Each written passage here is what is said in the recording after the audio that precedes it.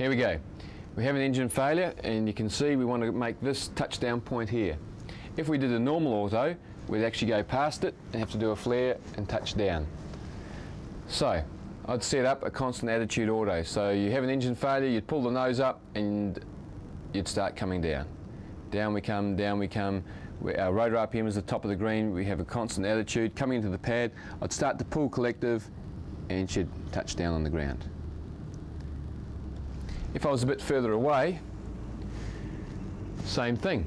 Engine failure, lower the collective, constant attitude to make the pad, slightly more speed this time, haven't I? So I may actually do a little bit of a flare and put it on the ground. If I'd done my normal auto at 45 knots to make that spot, here we go, engine failure, I may have overshot it. Still nothing to stop me actually doing some S-turns and making it. Again, it's just another arsenal, another weapon in your arsenal for advanced auto rotations. Back into the classroom. One thing I didn't mention was wind. Any wind is going to be an advantage. The stronger the wind, the easier these constant attitude autos are. The less wind you have, the more delicate they are, is probably a good word, because you're going to fall below translational lift. Once you go below 15 knots, therefore your power requirements go up, therefore your rate of descent may increase. So the preference is to always have some wind when you're doing these. Bell 47 I've found we can do them in nil wind, but you do have some run on. You'll come down and pan it out a little bit. Anything above 10 knots, excellent, no problems at all. Let's have a look at the next one. A lucky last, a vertical or a backwards auto rotation. Backwards, you say? Okay, what have we got? Engine failure. Lower the collective, half cycle right pedal, pick a spot. Fairly quickly, if you know that you've got to be down here or very close to where you actually are, you're looking quite down at your pad, and an S-turn or a 180 or a 360 are not warranted, and you need to actually slow it up. Maybe you're in a very steep valley and you can't actually do a turn. Maybe there's lowering cloud and you're afraid if you're going to do a turn you're going to lose sight of your pad. There's nothing to stop you using after you've loaded that collective, of course, using aft cyclic, bring the nose attitude up and the speed very quickly washes off. The helicopter then starts to fall.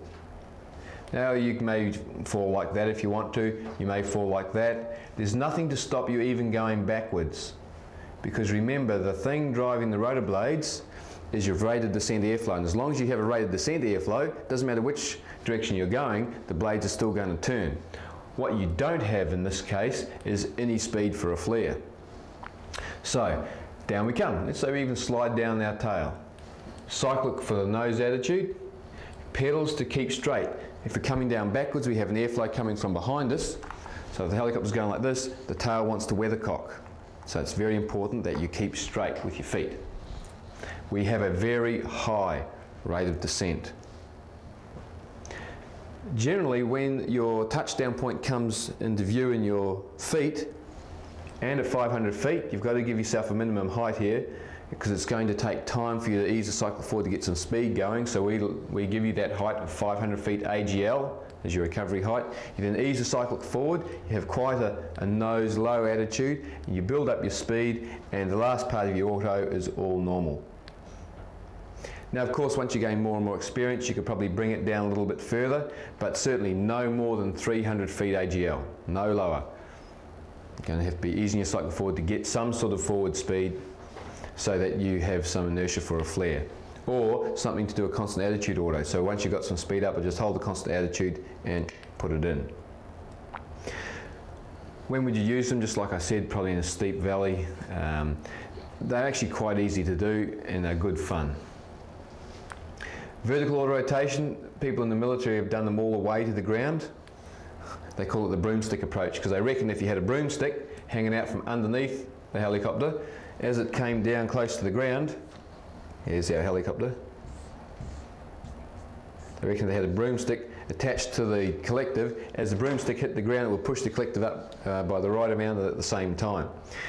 Again, everything depends on the inertia of the rotor system. High inertia rotor system, that's quite possible. You just come down vertically, start pulling the collective, and there's enough there to arrest your rate of descent. would not work in a Robinson, I'm here to tell you now. You had a vertical auto rotation, you went to pull your collective, it'd be like your Mack truck with the mini brakes going through a traffic light. You put your foot on the brakes, nothing's going to happen. Same thing in the Robinson. You pull the collective, you may get a slight reduction in rate of descent, but the rotor RPM is going to decay so quickly that the reverse is going to happen and you're just going to continue down towards the ground. So it's very important if you're doing this sort of thing in a Robinson, by 500 feet you get your speed going again so you have some inertia for the flare. Now, that's about it for advanced auto rotations. There's nothing to stop you using any of the techniques that I've described together or in conjunction with each other. There's nothing to stop you, say, doing a 180 degree turn and slowing it down. Nothing to stop you doing a 180 degree turn and speeding it up. What you need to do is just practice some of these, get some experience and play with it. Don't be afraid of it. The helicopter still maneuvers and works in exactly the same way as it always does. The only difference is you're coming down all the time. Be confident, be positive with the controls. Remember, it's not over till it's over, and there's always a way to make a spot. So let's go up, let's do some advanced autos and have some fun.